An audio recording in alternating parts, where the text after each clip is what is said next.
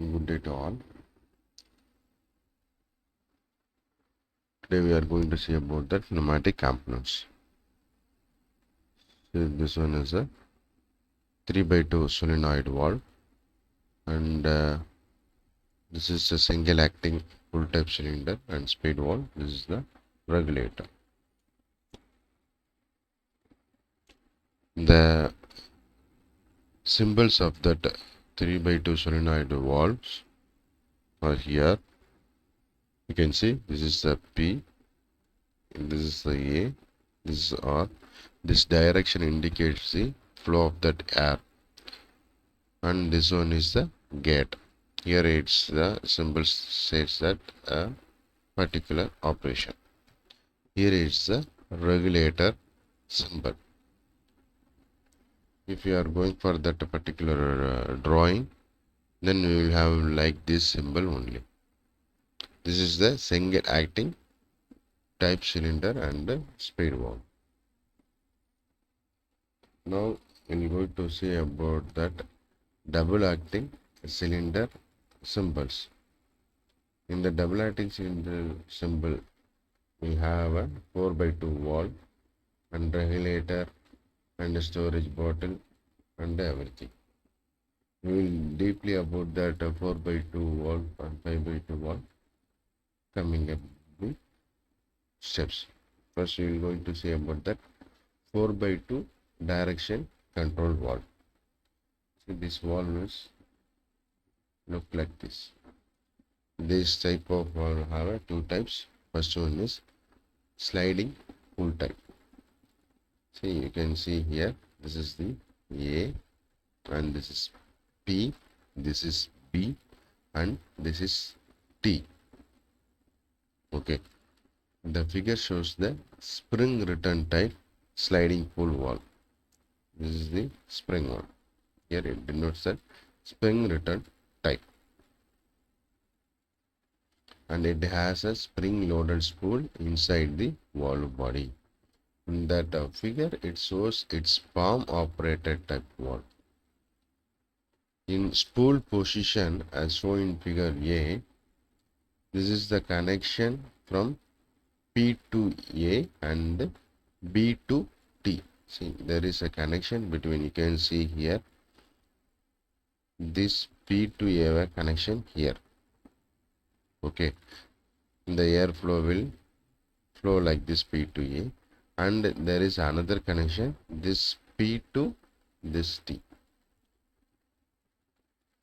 From P the air will come, then it will go out to A, and here the B air will come and T will go to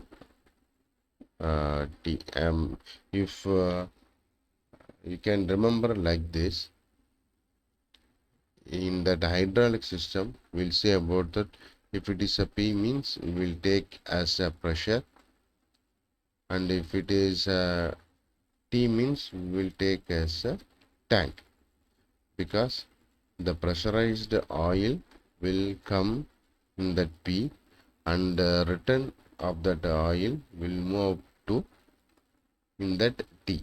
Likewise here the pressurized air will come in that P section, and the return one will go to that in that T way. Okay, here in that spool position A shown in figure, there is a connection from P to A and P to T. Working fluid flows to cap end port of that cylinder and comes out from the rod end part. Hence the double acting cylinder extends. With this operations it will extend, because see here the working fluid flows to cap and port of a cylinder and comes out from the rod. It will come out from that rod. Okay, hence the double acting cylinder is extended. When palm pressed, the spool position is shown here in B. There is a connection from P to P and A to T. Then working fluid flows to the rod end port of cylinder and commutes the cap at end port. Hence, the double acting cylinder is retraction. So here is extraction is taking place. Here is the retraction is taking place. Here it's called that sliding spool type. The another method of this direction control valve is rotary spool type. Here also you can see like this. See here, this is the A part, and here it is a P part, and it is T, and here it is a P1. This is diagram of A, and this one is B. In that figure shows A 4x2 rotary spool valve. It has a rotary spool inside the valve body. In the spool position shown figure in A, there is a connection from P to A and B to T. Working fluid flows to cap end of cylinder and come out from the rod end. Hence the double acting cylinder is extended. Here the extended process will work with that, because the connections from P to A and P to T, working fluid floats a cap to the end part of that cylinder. Then the rod will come out, then the double acting cylinder will extend. When the pool is rotated through a 90-degree, see, you can see here the pool will like here. Okay, if it is 90-degree means it will come here. Likewise, you will see the in that next diagram in that P, pool is here.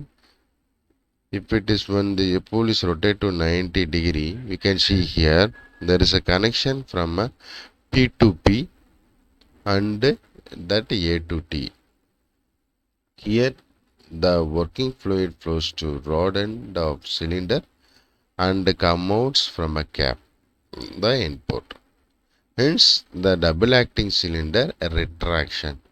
Here is the extraction process is working. Here is the retraction process is working. Likewise in that previous side. So these are all the types of that 4x2 direction control valve.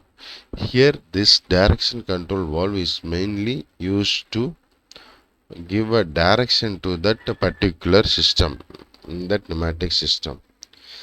See, for this one, we already see about this extraction process. If we are need extraction process, then this will occur. If we need a retraction process, then this will occur. Likewise, we will see about it in the spool type. Here, the retraction position is happen. Here is the retraction position will happen.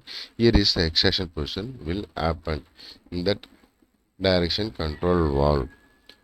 Depends upon that application, we will use this sliding spool or rotary spool.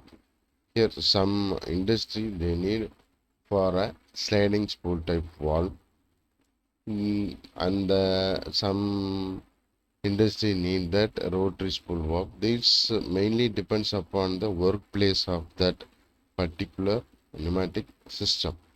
If it is has less number of space, then we will use this type of control, direction control valve.